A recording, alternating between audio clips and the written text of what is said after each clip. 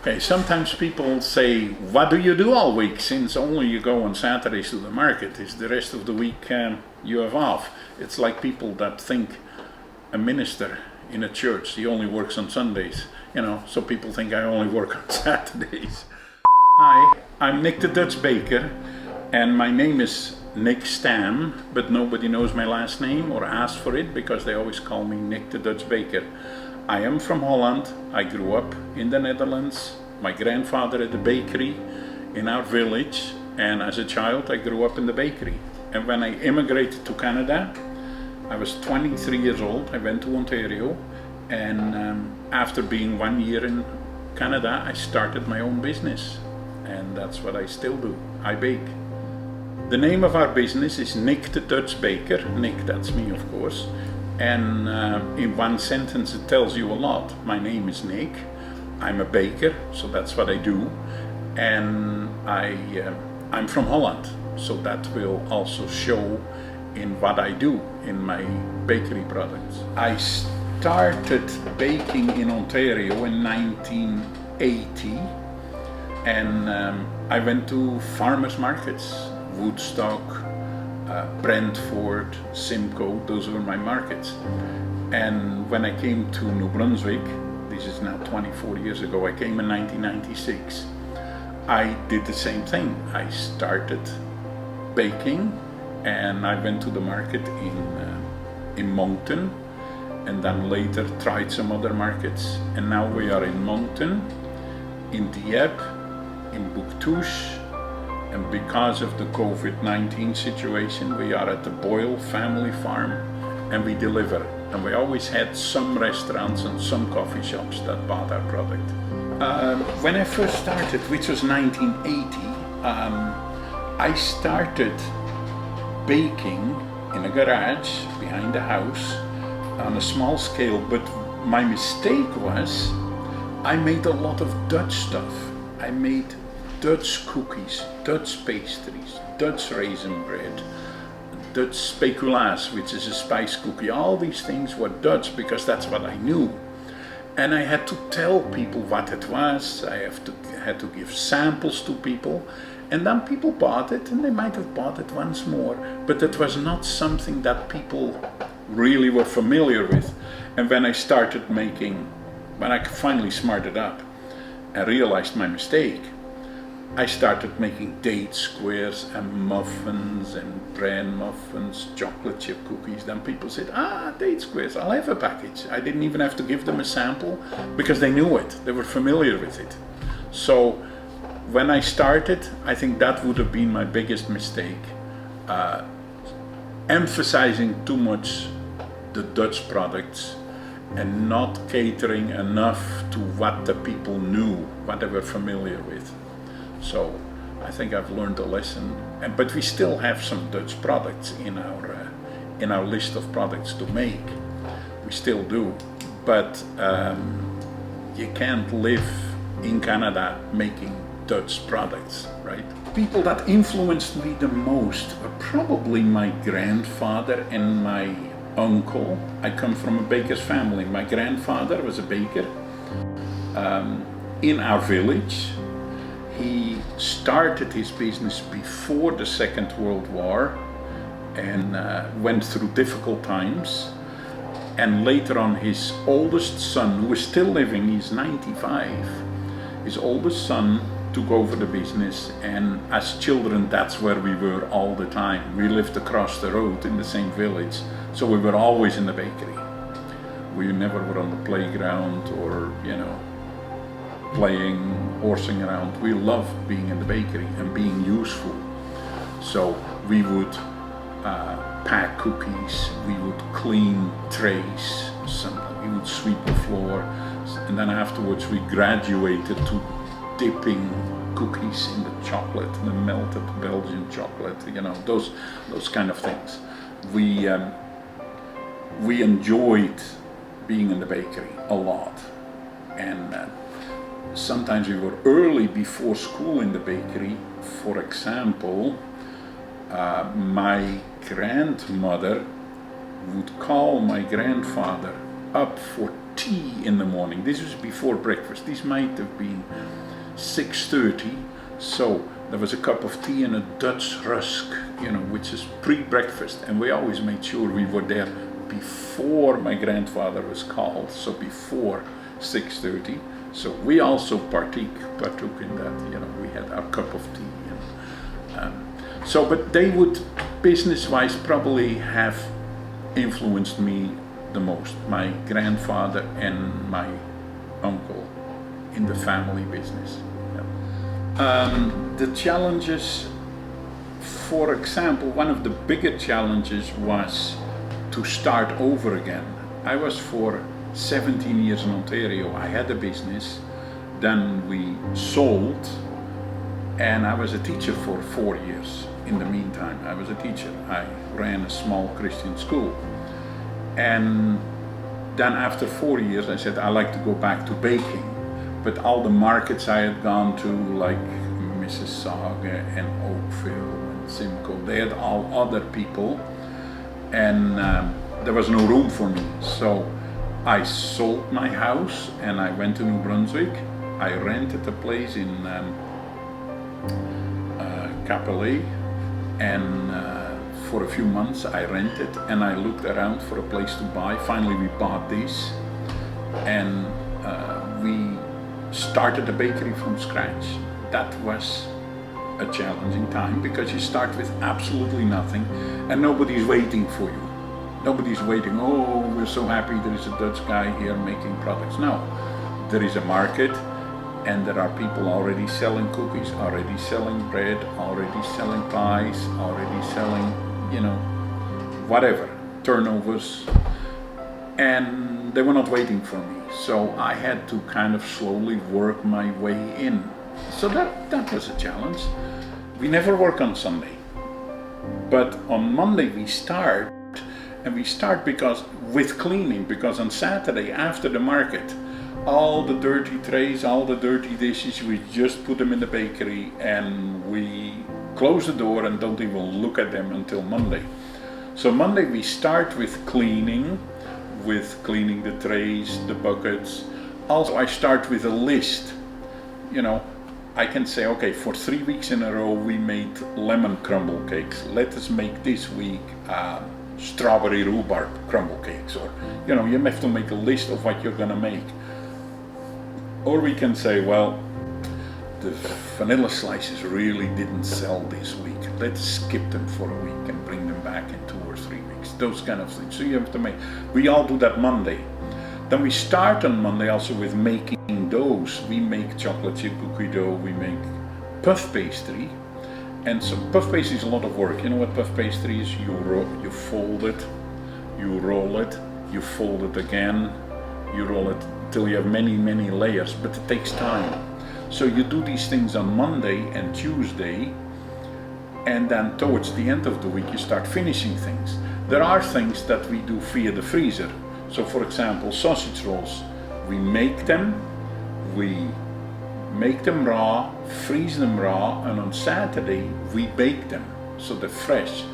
We have an almond cookie which has almond paste inside. It's a Dutch cookie. It has the top and the bottom are made of a cookie dough with a little bit of cinnamon, and inside is almond paste, inside they're soft. We make them raw, freeze them, and then on Saturday we take them out, and we have 3 markets, Dieppe, Moncton and Bouctous, where we have an oven. So we just bake 1 tray at a time. Turnovers, fresh blueberry, turnovers, fresh apple turnovers, and you smell it, and it is a selling feature. So even though we have markets and orders basically all for Saturday, our whole week is geared towards the Saturday. So and Fridays you make a lot of things last minute. If you have vanilla slices, it's Friday late. Bread has to be fresh, it's Friday late. Cookies you can make 1 or 2 days earlier. But that's what we do. All week we work for the 1 or 2 days a week that we sell. The biggest challenge now has been the COVID-19 pandemic. From one day to the next, the markets closed. I was Friday morning at 11 o'clock. I heard the Moncton market is not open tomorrow and the Dieppe market is not open tomorrow. And there I was, all my products ready. I was in the middle of baking bread. What do you do? So a friend of my boys, Mitchell Boyle, has a business at the market and he sells meat. He's a farmer. He sells beef, pork, chicken, schnitzel, sausages, and so on. He sells meat. And he says, I'm going to open up at my own farm outside the city of Moncton. So it was 5 minutes outside the city on Highway 126, Route 126. And he said, if you want to set up, you're welcome. This was cold. This was March. It was cold in March in New Brunswick. It's still winter. There was snow on the ground. There was an open barn, open doors. It was as cold inside as outside. And we set up and we started and we did okay, you know. But my coffee shops, and I have a restaurant and I have a few coffee shops, they all closed. So not only the markets closed, the coffee shops closed. I had absolutely nothing. So one day later, we were already back in business and we have started taking orders. The social media helped me a lot. Facebook. I'm not on Twitter and so on, I wouldn't even know how to use it. But I use Facebook a lot and it's been really, really helpful. I get thousands of hits. Yesterday I posted something and an hour later I had more than 300 engagements, whatever that means, likes and comments and so shares, people share. The Facebook has really helped me with my deliveries because I made this deal, I said to my customers, I said, if you order before Friday noon, I will deliver your product and there will be no minimum order and no delivery fee. We're all in this together, right? So, because I'd seen people that went, you know, minimum of $40 or $50 or below a certain order, you're gonna have to pay $5 or even $20 delivery fee. And I said, no delivery fee, no. And that has worked, and it really, really was difficult at the beginning. Now, my son downloaded an app for delivery drivers. So now I can go from one to the next, to the next, to the next, rather than crisscrossing all over town and retracing my steps. So we have a delivery app. Now, in the meantime, slowly markets are coming back. Moncton opened first, Bouctouche opened second, Dieppe opened last, but the markets are slow. Something has happened now. People are wearing masks and face shields, and the market is not the friendly place it used to be.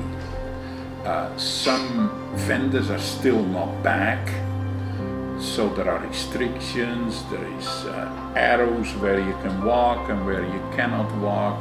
People take your name sometimes, and it is not as relaxed a place as it was, and that's going to take a while. So this has been difficult, the COVID-19, it really has, but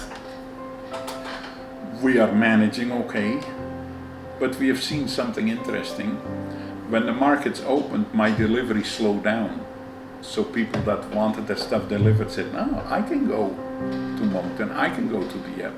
So that helps. So when everything is said and done,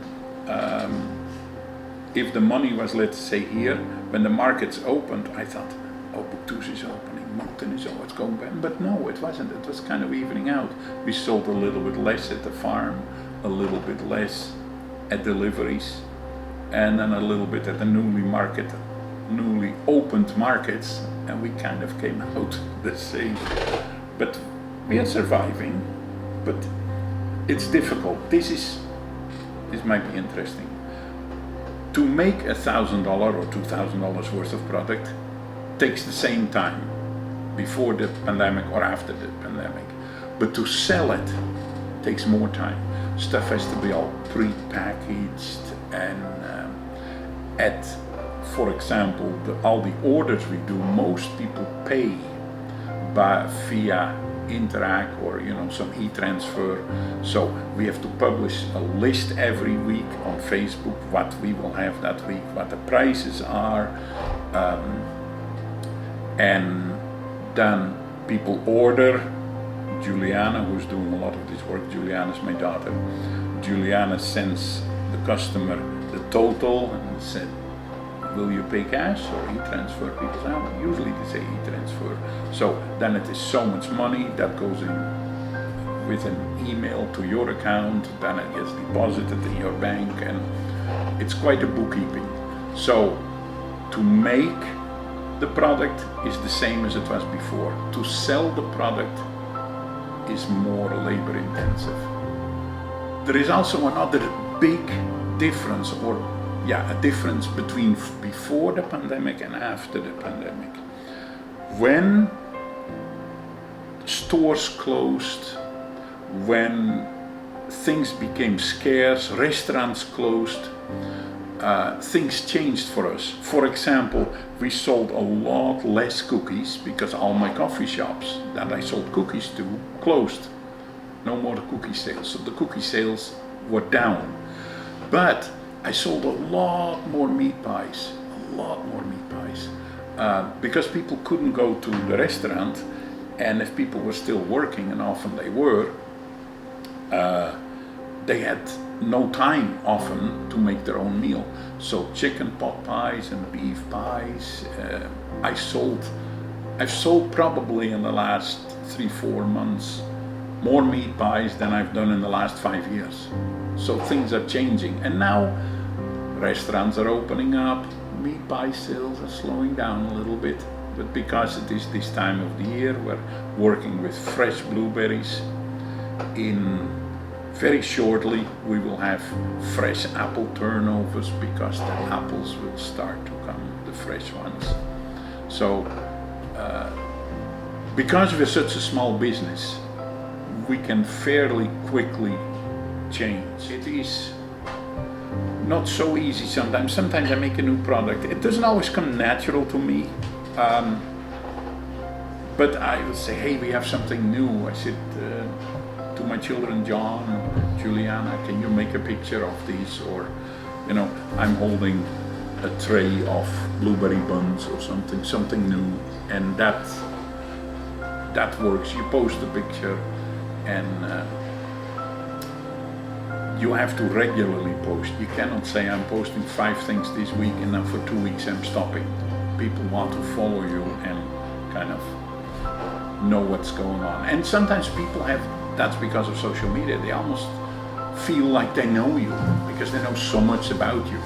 I sometimes post a picture. Last week I posted a picture of my wife and me on a day off. We took a day off. We went to Albert County and took a picture.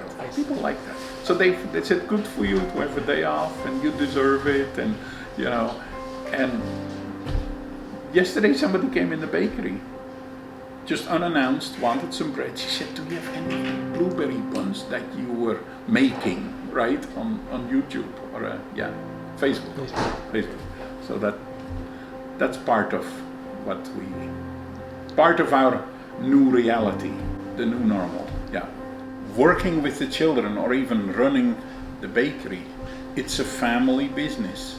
My children have always been involved, every one of them. That doesn't mean that I want all my children to be bakers. That's fine. If they don't want to be baker, that's fine. But by working in the bakery, they learn things that all their life will be profitable. For example, they always wrote, they still do, their time down. So if they worked 2 hours in the morning, 3 hours in the afternoon, at the end of the week, my wife paid them. But they never got any pocket money for just existing, for doing nothing. So if they worked a lot, they got paid a lot. If they worked little, they got paid very little. And if they didn't work at all, they got not paid. So that is a lesson in life, because if you're grown up, you cannot say, here I am, please pay me. So they always, that is one thing that I learned. Up until last year, I had 4 boys working in the bakery, and now 2 boys are not in the bakery anymore. One became an electrician and one works in the landscaping business. And that's fine, that's fine. They can make a living like that, that's good. People don't have to be bakers, but at least in the bakery, they learned a skill, and they learned how to work, how to be independent, how to take initiative. So that's part of what I like about the children working with me. I'm John Stam. I'm Peter Stam. We work with our father, Nick the Dutch Baker. We produce all manner of cookies, breads, and some specialty Dutch baked goods. We sell at the local farmers markets, and we make our living with the bakery. Growing up, we had some pretty interesting childhood experiences, of course. As kids, we always worked in the bakery with our father. We have an interesting father. He used to fit us all in his old 12-passenger van and go driving down 4-wheeler trails for hours. Old back roads, come across old rickety bridges. We'd go jump on them first to make sure the van could drive over. Kind of experiences like that.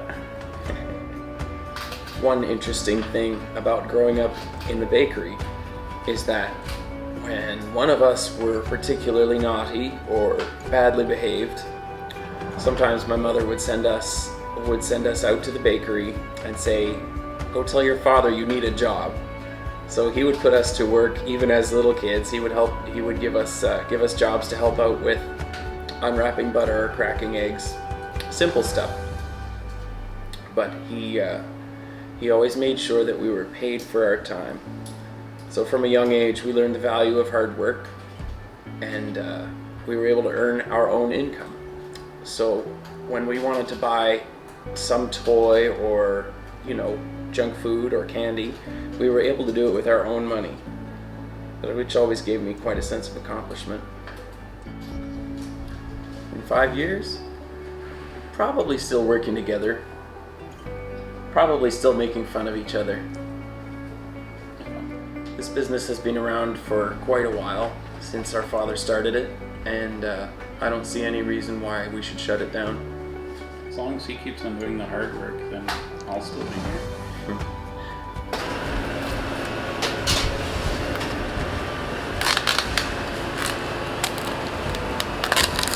It needs 5 minutes. Were the other ones ready?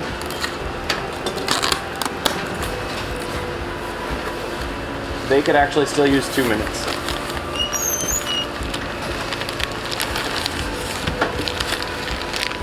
Voila. Wow.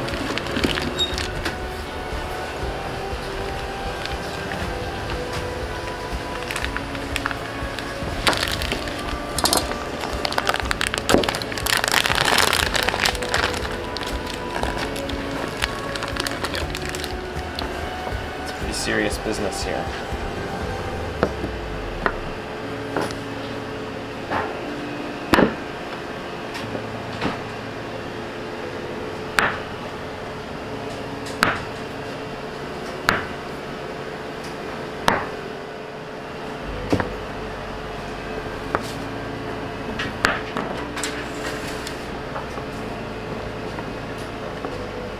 Show that off, I guess.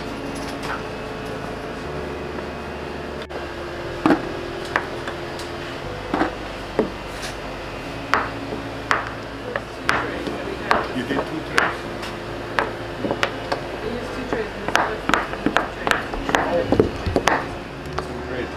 Chocolate. Yeah.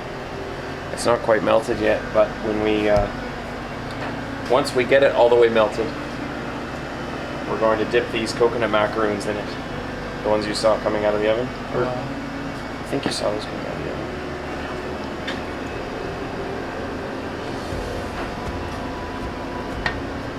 Ta-da! But yeah, we put that on these ones.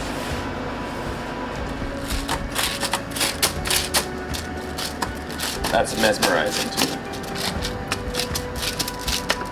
All right.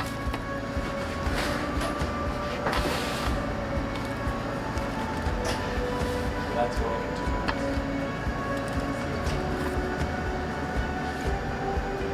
Yeah, these ones just get dipped halfway. The farther you have to dip it, the more work it is. Because you gotta try to keep your fingers clean. And it's easier to lose your grip on them. We do run balls, get dipped like all the way in. Usually we end up having to dive for a few of those. Get a pair of tongs and just fish around. Somebody gets theirs with extra chocolate.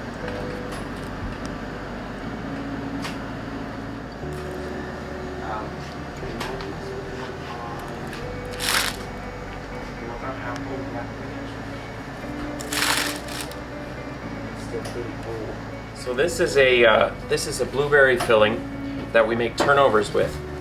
It's made with local blueberries from Kushibakwak. It has a little bit of lemon juice, a little bit of black currant, and a tiny bit of starch and some sugar. Actually, local black currants. Oh yeah, super local. The black currants came from behind the bakery. My mom has a few bushes in the backyard, so.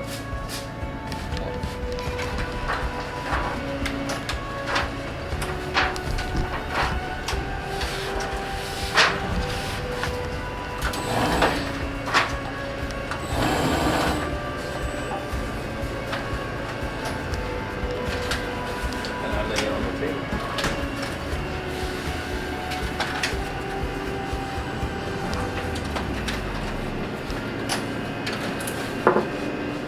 What this does is shrinks the puff pastry a little bit, because when you stretch the dough and you roll the dough thinner and thinner and thinner, it tends to develop kind of an elasticity, and it wants to shrink back in place, and this allows that to happen.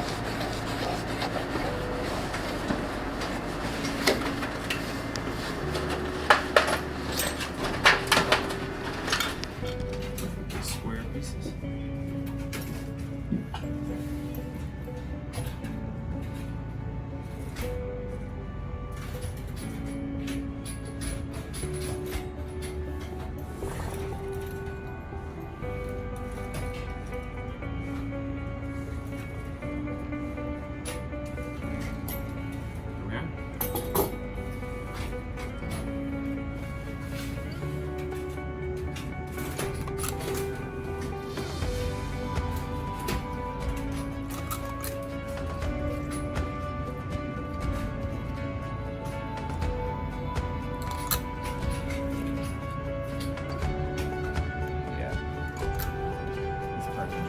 Nice, but it's repetitive. This thing, spray them with just a little bit of water.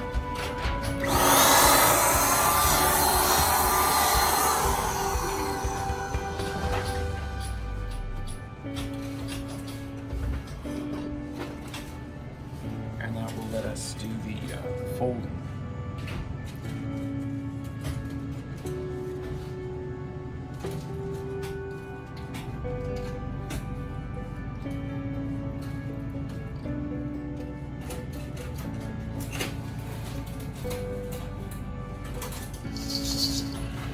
Surface is smooth. Put it in. Take it out.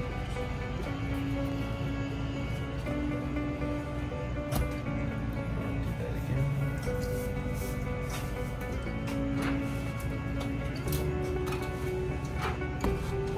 It's actually a mix of like a super heavy coarse sugar, big kind of chunky crystals of sugar. Yeah. And also a slightly finer organic sugar.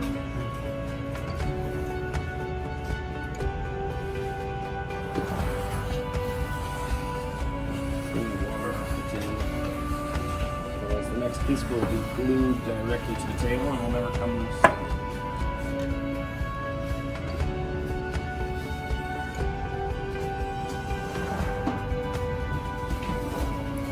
So the cut, when we bake them, goes a little bit wider.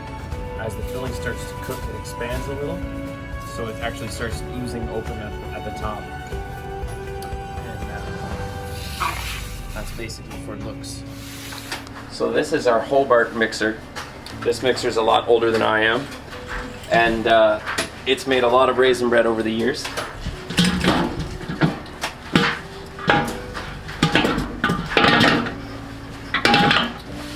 This is an 80 quart mixing bowl. We also have a couple of smaller ones.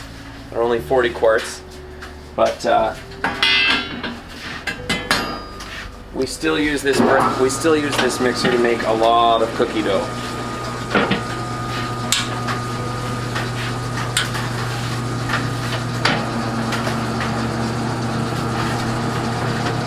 This control raises the bowl, and this control engages it in gear.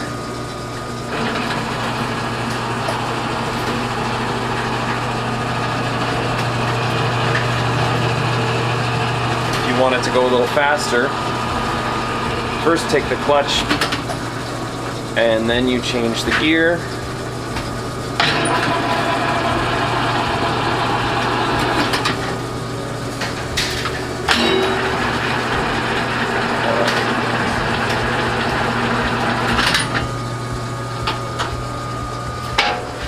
Yep. When you make bread, you take a piece of bread dough and to this side, and it gently rounds it. Here, let me power it on for you. Bread molder, because it molds a shapeless mass of dough into a round ball. And I'm sorry I can't show you with bread dough. We haven't got any bread on the go today, but here. Power it on. Make sure it's set about right. As the dough rotates around through this channel on the edge of the machine, it also kneads it back and forth with a gentle circular motion. So each piece of dough comes out of this side perfectly round, then it rolls into this tray. This is a bread divider, or a dough divider. It doesn't have to be bread. It'll divide any dough. It's wired to 3-phase power right now, so I'll just power this machine off back here. And I'll show you how it works. This button raises the deck, the whole thing. And this button lowers it. But if you take these, put them in between, you have to be careful not to put them on top of the blades. Close it down and raise it.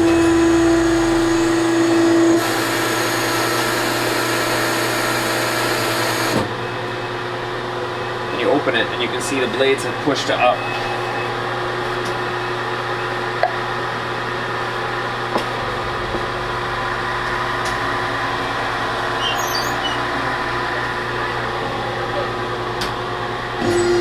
What you do with this machine, we take a large piece of bread dough, after it comes out of the mixer, we put it in here, and this machine will cut it into 16 equal-sized pieces. It's called the reversible sheet. What it does is it will flatten your dough perfectly evenly. It takes the place of a rolling pin.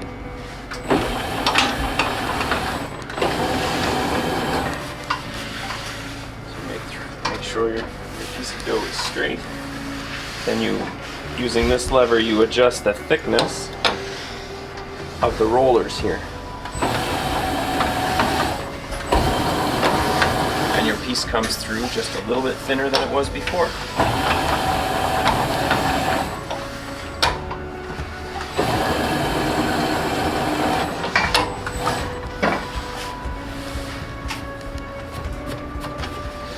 Sure your edges are kind of square, well adjusted.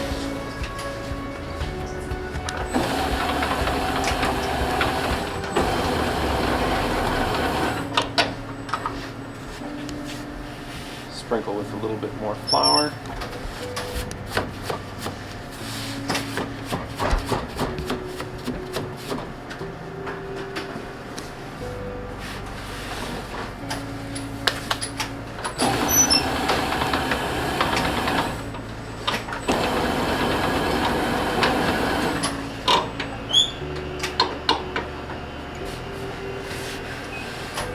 my biggest influences aside from my parents, I would probably have to say is my older siblings, because we too are from the younger half of our family. So we had 6 or 7 older siblings than us.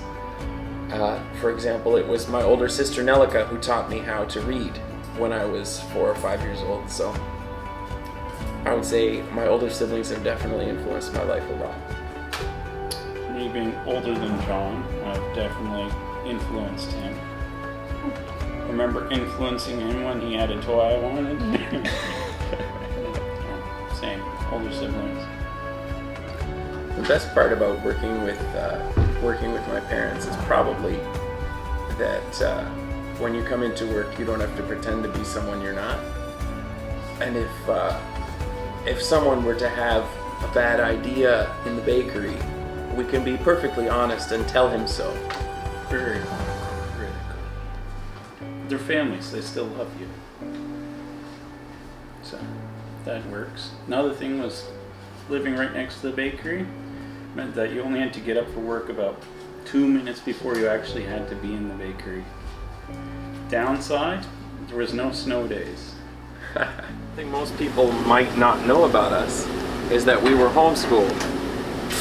So my mother did a lot of teaching. And if we were being recalcitrant or not wanting to learn, she would send us to the bakery. And then our father taught us quite a bit too, whether it was actual physical work-related things like unwrapping butter or sweeping the floor. He also taught us history lessons and Bible stories, which was always good fun as a kid. I would say we both have a lot of hobbies.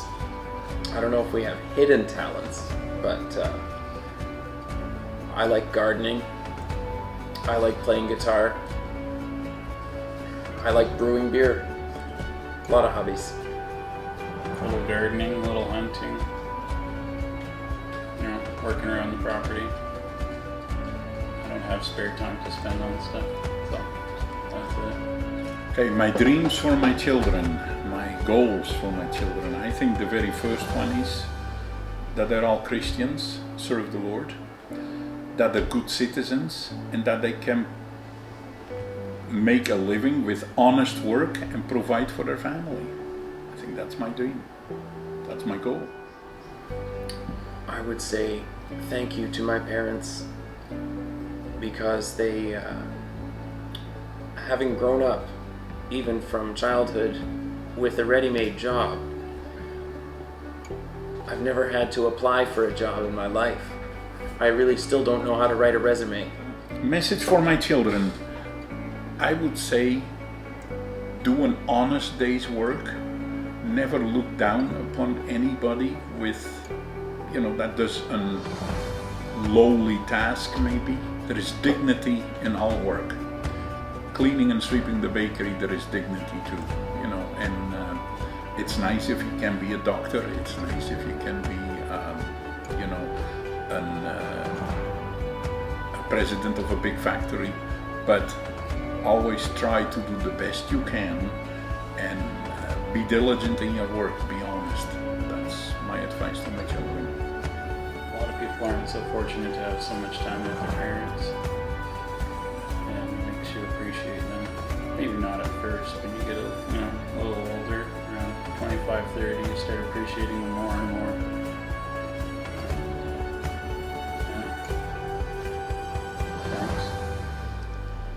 To tell something about myself that most people don't know would be very difficult because I'm like an open book. If you see me for 10 minutes, they say, oh yeah, what you see is what you get.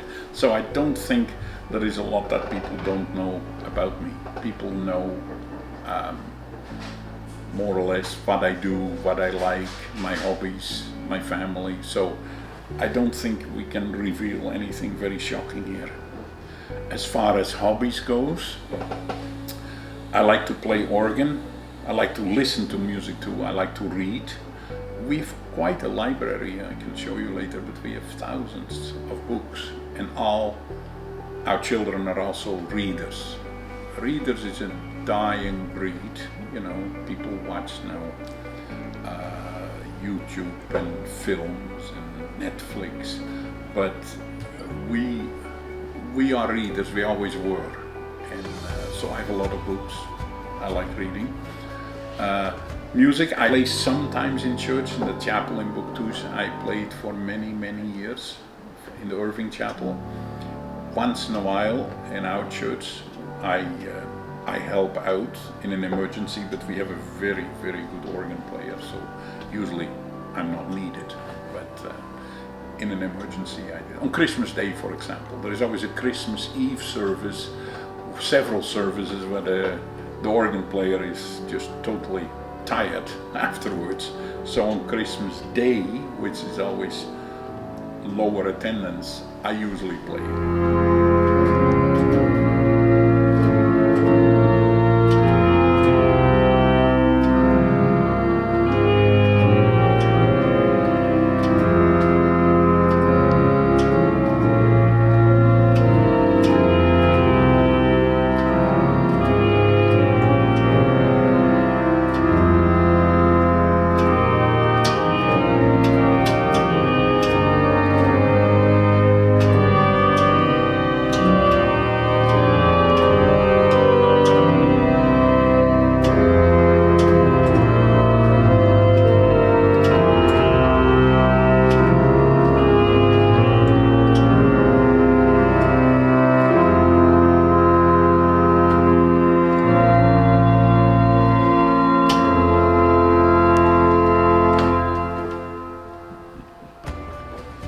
Anyway, that's my big toy.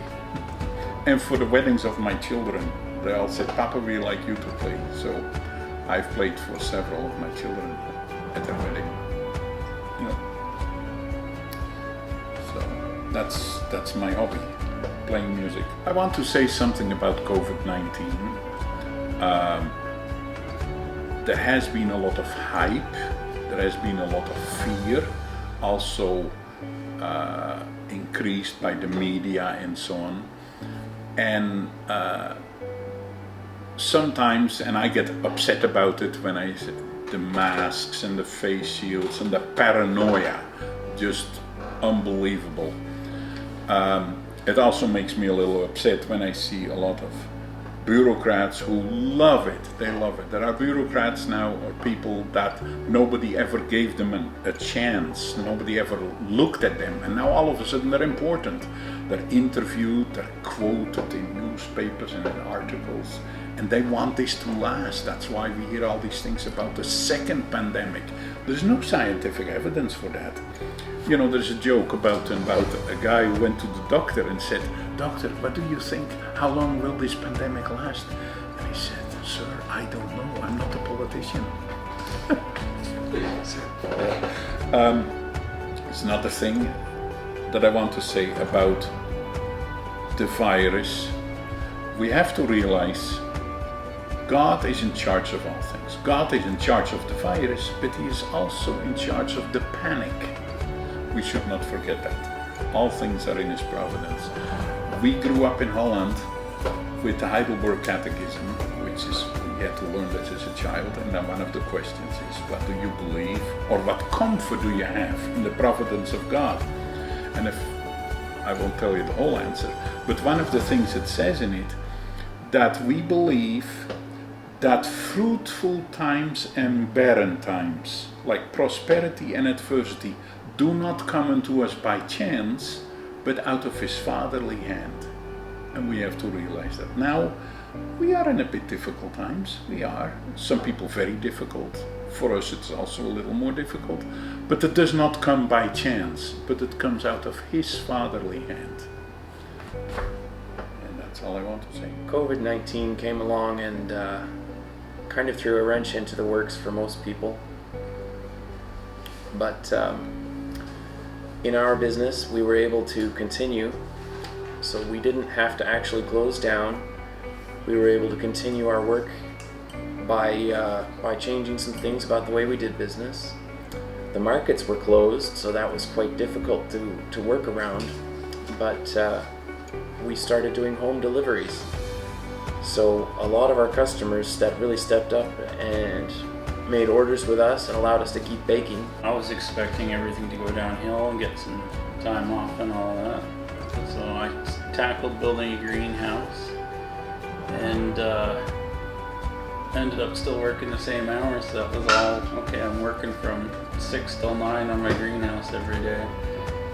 We've been able to keep busy in the bakery. Advice to other business owners, I would say, try to be adaptable, try to be flexible. If something doesn't sell anymore, try something else. And I've seen it already. The businesses are much faster to change than the government is, because it's their livelihood. If a government official makes a mistake or is slow to react, he still gets his paycheck, right? But if we in a small business don't react to the situation, you could lose your income. So my advice is keep working, keep optimistic, and know that our future is in God's hands. That's all my advice. Stay calm. Hang in there. I know this whole pandemic business is hurting things, but if you can keep working, maybe you can find a way in your business to innovate a little bit, or a new way to reach your customers. Facebook has been really a big part of how we were able to keep going, just able to advertise, and our customers sought us out and ordered from us via there and things like that. So look in areas where you haven't been looking, because you might be able to keep on going. And use social media. It's a powerful tool. We are on Facebook, Nick the Dutch Baker at Facebook, and every week we post a list of the products we are going to make, and if there is something special we make or something new, we usually post a picture or talk about it, and a lot of people do like it and do respond. They share it. That's another thing that happens with this COVID-19. Much more people share now. They know we are struggling. They know other businesses struggling, so they share it, they forward it to friends and so on. So that's good. Another thing that's happening now with this COVID-19, a lot of people buy more local, and that's a good thing. So for example, all my eggs are bought local, you know. A lot of my flour is from New Brunswick, or it comes via Halifax, is still, you know, all Canadian. Sometimes we buy things and we go for the cheapest, but Mr. Walmart or Mr. Amazon doesn't buy from me. But if the man that sells my eggs, he buys my coconut macaroons, if you know what I mean, right? There is a lot more for the family too. This has been a practice of us for a long time, but maybe even more so now. We buy all our beef, all our vegetables, all our meat, the biggest part of our groceries we buy from the market, from other vendors. You know, soap, oil, whatever you need, we buy it at the market, and they buy from us. So buying local is a big thing. You can find the Nick the Dutch Baker Facebook page anytime. Simply search Nick the Dutch Baker on Facebook. My father makes a point of posting videos regularly, and we try to post stuff about products and about markets where you can find us. We are at the Moncton Farmers Market every Saturday, the Bactouche Farmers Market every Saturday, the Dieppe Farmers Market every Saturday, and the Boyle Family Farm Market every Saturday. And for the time being, we're still doing home deliveries. So if you're in the Moncton area, why don't you shoot us a message or even a phone call at 576-9042. In 5 years, where do I want to see myself? I'm going to be 65 this year. And have I plans for retirement? No. But in 5 years I might start to semi-retire, And I probably will still be baking because that's what I like. I see people that go into retirement and they do something totally different. People that were in the military and retire early, they work now at Kent, building supplies. And it's a good job, don't get me wrong. But it's not what they are good at. It's not what they always dreamt about. But they just need to have some extra income. So they're doing things, different things. Or they're a greeter at Walmart. And for me, retirement, I think I like to maybe sometimes sleep in a little bit. Maybe I'll have a few days off, but I will still be baking because that's what I like. Even around Christmas time, when we have several days off, we have a family gathering and the one is cooking the turkey and the other one is bringing roast beef and somebody will look after the mashed potatoes. I said, well, I'll bake some baguettes because I haven't been in the bakery for 3 days and I'm raring to go. So I will still be baking. That's my plan, that's my dream.